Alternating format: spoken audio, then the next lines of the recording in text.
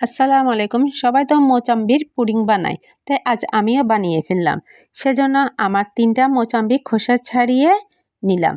তারপরে আমি এখানে একটি বাটিতে 3-4 চামচ চিনি নিলাম। তারপরে নিয়ে নিলাম 1 চামচ আগার আগার পাউডার। তারপর দিলাম সামান্য জর্দার রং। মোচাম্বির রং হালকা, সেজন্য আমি সামান্য জর্দার রং দিয়ে দিলাম। এরপরে 3টে মোচাম্বির রস চিপে ভালো করে বের করে নিলাম। তারপর ছাঁকনি দিয়ে ছেঁকে এখানে ঢেলে দিলাম। ঢেলে ভালো করে এটা আমি গুলিয়ে নিলাম, যাতে কোনো দানা কিছু না থাকে। তারপর একটি পাত্রে চলে গেলাম কিছু চিনি দিয়ে ক্যারামেল করতে।